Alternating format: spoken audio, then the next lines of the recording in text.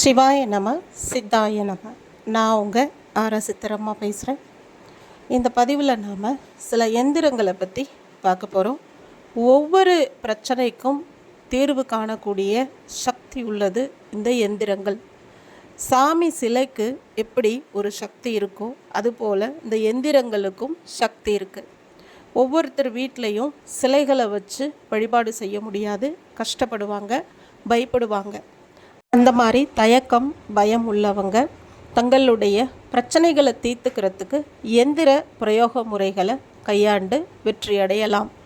இந்த எந்திரங்களை சுத்தி பண்ணி சித்தி பண்ணி இதற்கு உயிர் கொடுத்து இந்த எந்திரங்களை நீங்கள் முறையாக ஸ்தாபனம் பண்ணி வழிபாடு செய்யும் பொழுது ஒரு தெய்வம் உங்கள் வீட்டில் இருந்து எப்படி வழி நடத்துமோ அதுபோல் இந்த எந்திரத்தினுடைய சக்தி உங்களுக்கு உறுதுணையாக இருந்து வழிகாட்டும்.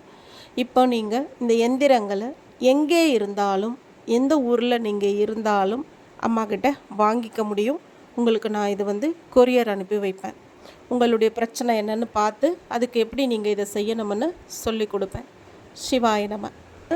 வீட்டில் வாஸ்து சரியில்லை, வாஸ்து இன்னுமே சரி பண்ண முடியாது, எல்லாமே கட்டி முடிச்சிட்டோம், இருந்தாலும் எங்களால் சின்ன சின்ன வாஸ்து பிரச்சனைகளை சரி பண்ண முடியாது. இப்போது கட்டினதை இடித்து திரும்பவும் கட்டாமல் அப்படியே இருக்கும் பட்சத்தில் வாஸ்து நல்ல நிலையில் இருக்கணும். அதுக்கு என்ன செய்யணும்? வாஸ்து நல்லா இருந்தால் ஒரு குடும்பத்தில் சுபமும் மங்களமும் சுபிக்ஷமும் இருக்கும். வாஸ்து சரியில்லை அப்படின்னு சொன்னாக்கா நிறைய பிரச்சனைகள், நிறைய கஷ்டங்கள், நிறைய வாக்குவாதங்கள், வருமான தொழில் தடை, வேலை வாய்ப்பு இல்லாமல் இருக்கிறது, திருமண தடைகள் இருக்கிறது, குழந்தை இல்லாமல் இருக்கிறது, நிறைய கருத்து வேறுபாடுகள் இருக்கிறது, மூன்றாம் நபர் குறுக்கீடுகள் அதிகமாக இருக்கிறது. இந்த மாதிரி பிரச்சனையெல்லாம் நிறைய இருக்கும். இதையெல்லாம் சரி பண்ணிக்கணும் அப்படின்னு சொன்னால் வாஸ்து ரொம்ப முக்கியம். சரி, கட்டி முடித்த வீட்டில் எப்படி சரி பண்ண முடியும் அப்படின்னா இந்த எந்திரத்தை பிரதிஷ்டை பண்ணுறதுனால முடியும். இது நான் உங்களுக்கு சின்ன சைஸில் காமிக்கிறேன். ஆனால் எவ்வளோ பெரிய சைஸில் வேணும்னாலும் இது கிடைக்கும், சின்ன சைஸ்லேயும் கிடைக்கும். சரிங்களா?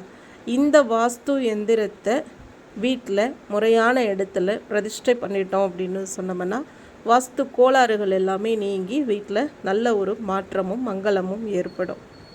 சரி, வாஸ்துன்னா என்ன? எனக்கு வாஸ்துன்னு சொல்கிறீங்களே அப்படின்னா புரியல அப்படின்னு நீங்கள் கேட்கலாம். அதுக்கு உங்களுக்கு சுருக்கமாக சொல்கிறேன், புரிகிற மாதிரி எளிமையாக சொல்கிறேன். இப்போ உங்கள் உடல் இருக்குது, தலை எங்கே இருக்கணுமோ அங்கே, கை எங்கே இருக்கணுமோ அங்கே, கால் எங்கே இருக்கணுமோ அங்கே, கண்ணு மூக்கெல்லாம் எங்கே இருக்கணுமோ அங்கே, அப்படி அங்கே அவயங்கள் சரியாக இருந்தால் தானே பார்க்குறதுக்கு அழகாக இருக்கும்.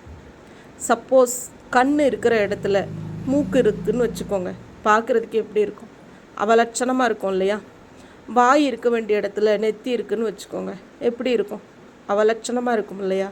அதுபோல் தான் வீட்லேயும் வீட்டுக்கு வாஸ்து எப்படி இருக்கோ அதுபோல் உடலுக்கும் வாஸ்து இருக்குது. சரிங்களா? அது வேறு சப்ஜெக்டு, அதை பற்றி நான் உங்களுக்கு அடுத்த பதிவில் சொல்கிறேன்.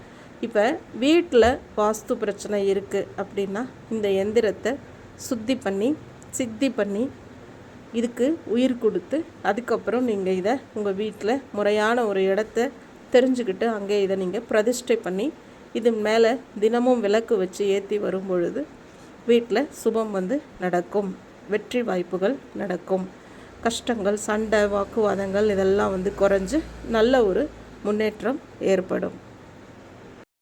இது ஸ்ரீ கணபதி எந்திரம். கணபதி எந்திரம் அத்தனை சக்தி உள்ளது, அவ்வளவு முக்கியத்துவம் வாய்ந்தது. கணபதியினுடைய பூஜை இல்லாமல், கணபதியினுடைய அருள் இல்லாமல் எந்த ஒரு காரியமுமே நடக்காது, எந்த ஒரு வெற்றியுமே நமக்கு ஈட்ட முடியாது. அதனால் கணபதி கணபதி எந்திர பிரயோக முறையில் என்ன ஒரு முக்கியம் இருக்குது அப்படின்னு கேட்டிங்கன்னா, எந்திரத்தை சுத்தி பண்ணி சித்தி பண்ணிட்டோம் அப்படின்னு சொன்னால் உயிரோட்டமான நிலைக்கு வந்துடும். அதாவது ஒரு சிலை இருக்கிறதுக்கு சமமானது இந்த ஒரு எந்திரம். இந்த எந்திரத்தை நீங்கள் சித்தி பண்ணிட்டீங்க அப்படின்னு சொன்னாக்கா உங்களோட முயற்சி, உங்களுடைய தொழில், உங்களுடைய வாழ்க்கை, உங்களுக்கு திருமணம், உங்களுக்கு என்ன வேணும் அப்படின்னாலும் தடையின்றி காரியங்கள் நடக்கும்.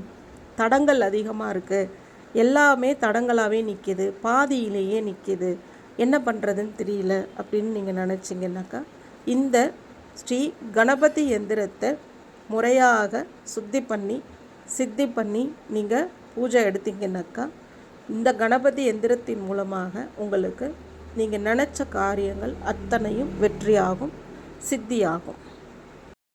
இந்த எந்திரம் பாருங்கள், கண் திருஷ்டி எந்திரம். எனக்கு கண் திருஷ்டி அதிகமாக இருக்குது, எனக்கு எவ்வளவு திருஷ்டி இருக்குதுன்னு எனக்கே தெரியல, அந்த அளவுக்கு எனக்கு கண் திருஷ்டி இருக்குது, தொழில் செய்ய முடியல, வியாபாரம் செய்ய முடியல. வர்றவங்க பாதி பேர் வாடிக்கையாளராக இருந்தாங்கன்னாக்கா பாதி பேர் பொறாமை பிடிக்கிறவங்களாகவும் கண் திருஷ்டி வைக்கிறவங்களாகவும் இருக்காங்க. வேறு ஆட்கள் என்னுடைய தொழிலை பார்த்து காப்பி அடிக்கிறாங்க, அதே மாதிரி செய்ய நினைக்கிறாங்க, என்னுடைய வருமானத்தை தடை பண்ணுறாங்க. இந்த மாதிரி நிலைகளில் எனக்கு கண் திருஷ்டியோ மற்றவங்களுடைய அந்த திருஷ்டி எனக்கு அண்டாமல் இருக்கணும். அந்த திருஷ்டிங்கிறத நீங்கள் எப்படி புரிஞ்சுக்கணும் அப்படின்னா, உங்களை பார்த்து உங்ககிட்ட இருக்கிறதெல்லாம் திருடி கொண்டு போய் இன்னொருத்தவங்க வச்சு பிழைக்கிறாங்க பார்த்தீங்களா, அந்த மாதிரி ஆட்கள் உங்ககிட்ட வரவே மாட்டாங்க, வாடிக்கையாளர் மட்டும் வருவாங்க. புரியுதுங்களா? இப்போ நீங்கள் உங்கள் வீட்டில் நல்லா இருக்கீங்க, குடும்பம் ஒற்றுமையாக இருக்கீங்க, அதை பார்த்து மற்றவங்களுக்கு பொறாமை வருது, அதனால் திருஷ்டி வைக்கிறாங்க, அது உங்களுக்கு ஒரு பாதிப்பை கொடுக்குது அப்படின்னு சொன்னால், எந்த மாதிரி கண் திருஷ்டியாக இருந்தாலும் இந்த கண் திருஷ்டி எந்திரத்தை உங்கள் வீட்டின் நிலைவாசலில் நீங்கள் பிரதிஷ்டை செய்யும் பட்சத்தில் அது உங்ககிட்ட வரவே வராது, உங்கள் குடும்பத்துக்கு படாது. நீங்கள் தொழில் வியாபாரம் செய்கிறீங்கன்னா அங்கேயும் நீங்கள் இந்த எந்திரத்தை பிரதிஷ்டை செய்யணும். செஞ்சிட்டிங்கன்னா உங்களுக்கு இந்த பாதிப்புகள் வராது. இது பார்த்திங்கனாக்கா மகாலட்சுமி எந்திரம்.